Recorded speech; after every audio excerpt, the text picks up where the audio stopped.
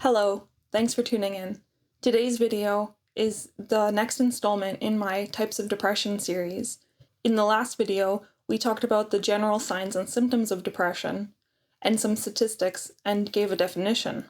In this video, I want to go over major depressive disorder and psychotic depression. So major depression disorder, or MDD as it's sometimes known, is also colloquially called clinical depression. This is the type of depression that people usually mean when they talk about depression. This type of depression can be mild, moderate, or severe. Symptoms need to last for at least 2 weeks or longer for a diagnosis. Your doctor may do a physical and run lab tests in order to rule anything else out. They may also have you fill out a questionnaire that asks questions in regards to your feelings, your symptoms, and your behaviors in the last 2 weeks.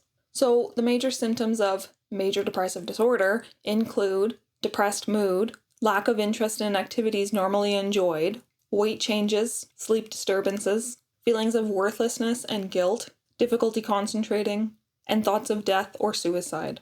Sometimes major depressive disorder is so severe that it actually ends up being psychotic depression. So psychotic depression has all the symptoms of regular major depression, except that it also adds psychotic features, which include hallucinations and delusions. Hallucinations are false sensory input, so you can have a hallucination on any of your 5 senses.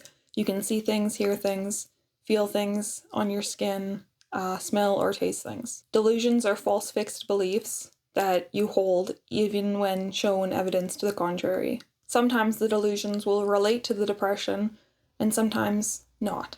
For example, you could feel immense guilt for something as a delusion. Treatment for MDD is generally antidepressants. These can be selective serotonin reuptake inhibitors, or SSRIs, serotonin norepinephrine reuptake inhibitors, or SNRIs, atypical antidepressants, tricyclic antidepressants, or monoamine oxidase inhibitors, or MAOIs. Sometimes MDD requires 2 antidepressants depending on how well your body responds to one or how severe the depression is. Psychotic depression generally also requires an antipsychotic medication. Therapy is generally also recommended for somebody suffering from MDD.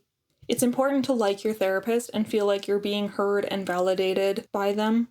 So if you have to change therapists, don't be afraid to do so.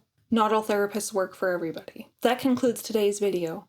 Stay tuned for the next video on persistent depressive disorder. And as always, thanks for watching.